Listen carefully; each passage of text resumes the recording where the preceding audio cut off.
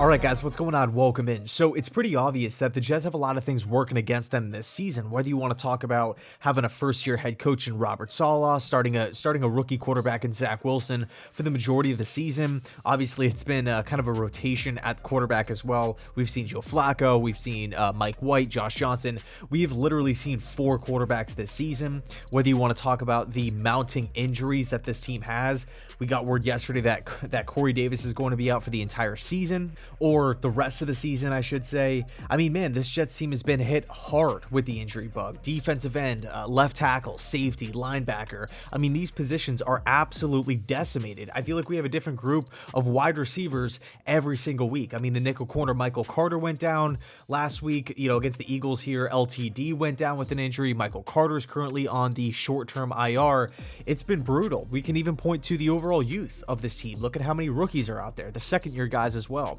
But there's been an issue that has really plagued this football team. It's the lack of complementary football. I really feel like this Jets team on Sundays, it's almost like a seesaw. When one side is high, the other side is at an all-time low. I mean, think about it. In the first chunk of the season, the defense looked pretty good. I mean, in week 1, we held the Panthers to only 19 points, and that was with Christian McCaffrey, one of the league's best players. In week 2, we held the Patriots to 25 points, and I know on the surface, 25 is not really anything to be too super pumped up about, but if we take a deep dive into that game, Zach Wilson actually threw 4 interceptions. So we're giving New England, a team, the literal number 1 seed in the AFC right now, we're giving that team 4 extra possessions to go down and score, and we hold them to only 25 points. So the defense looked pretty good early, but it was the offense that was absolutely atrocious. Whether it was just the overall confusion, the play call, Zach Wilson constantly being aggressive, getting down early. We all remember what happened in the first quarter. We were outscored at one point 44-0 in the first quarter. The offense just did not show up. They were a no-show for the first half of the season. And then for whatever reason, once the bye week happened, that's when everything almost flipped. The defensive production just completely tanked. I mean, it fell off of a cliff out of nowhere. Again, coming off of a bye, we allow 54 points to a rookie quarterback in Mac Jones. We go on to allow 45 points on primetime Thursday Night Football to the Colts. We give up 45 points to the Bills. I mean, we were giving up so many points, so many yards. It got to the point where the Jets literally became the worst defense in the NFL. It got that bad. And here's the ironic part. During this time, during the defensive implosion, if you will, the offense started to pick up the pace. We saw Mike LaFleur transition to the box. We saw multiple quarterbacks in there have success. Mike White, Josh Johnson moved the offense effectively. Joe Flacco in that game against the Dolphins, and we're going to get into that game in a second. But man, the offense, they were doing their job. In that Colts game, we put up 30 points.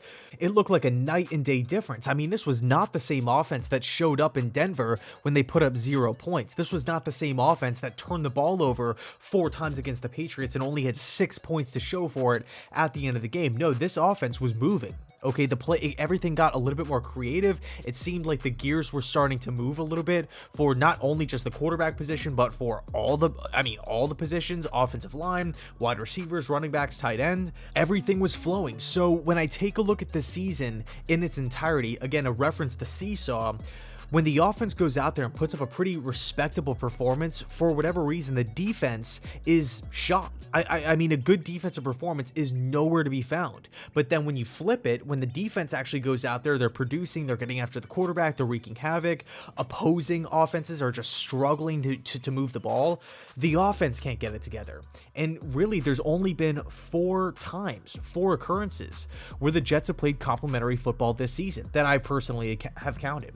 Number 1, Week 4 against the Tennessee Titans, where the Jets won 27-24. That was an exciting game from top to bottom. The defense had the offense's back, and vice versa. When the defense was in trouble, when they allowed a touchdown, the offense would just fire the football down the field. We walked away with points, and the Jets ended up walking away victorious. The second time was against the Cincinnati Bengals, and of course, that was the legendary Mike White game, first NFL appearance, and he throws for over 400 yards. Still absolutely mind-blowing, but that was some complimentary football. Yes, of course, the defense allowed over 30 points, but again, look at Cincinnati this season. season. They're a terrific team. And even though that game was all about Mike White, Mike LaFleur, the play calling, and just the win in general, the defense rose to the occasion. They stepped up when they needed to make a play, and they delivered. They executed. Remember the pick that sealed the victory against Joe Burrow late into that game?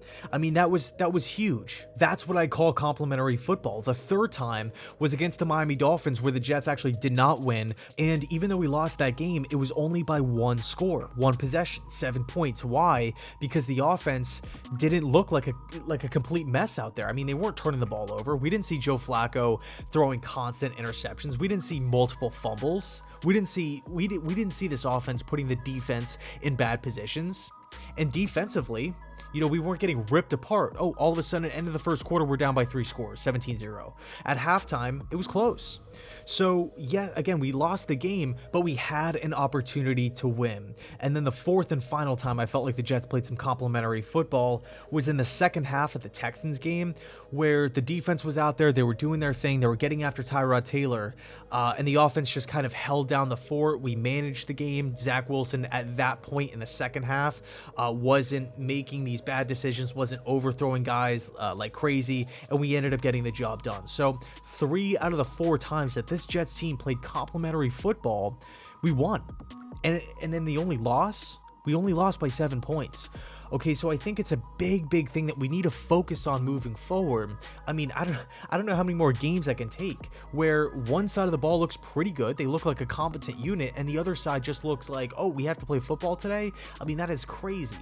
That is nuts. So if you take a look at the rest of the schedule, we got the Saints in MetLife Stadium this weekend. Then we go to the Miami Dolphins. We're at home against the Jacksonville Jaguars. We're home against the Bucs, and then we go to the Buffalo Bills. During this home stretch of the season, the tail end here, I want to see this Jets team try to eliminate the mistakes and play some complimentary football. If that's the case, if we can go out there and do that, put up a good offensive performance and a good defensive performance, I'm not saying it has to be top 5. I'm not saying it has to be, an all-time great offensive performance or anything like that. If that happens, awesome, I'll be pumped up. But I'm not saying I'm expecting that to happen or I necessarily need that to happen. But if we can just go out there and look like an average to an above average offense and put up that same sort of performance on the defensive side of the football, I think it'll pay dividends. I really do. So let me know your thoughts down below in the comment section. What do you want to see from this Jets team towards the back half of the season here? It's crazy. I feel like, I really feel like I was doing, preseason previews yesterday. I mean, the season has really flown by. So tons of stuff to look forward to this offseason, but we still have a good portion of games left. Let's finish strong, see how we do. Thanks so much for watching. And as always, go Jets.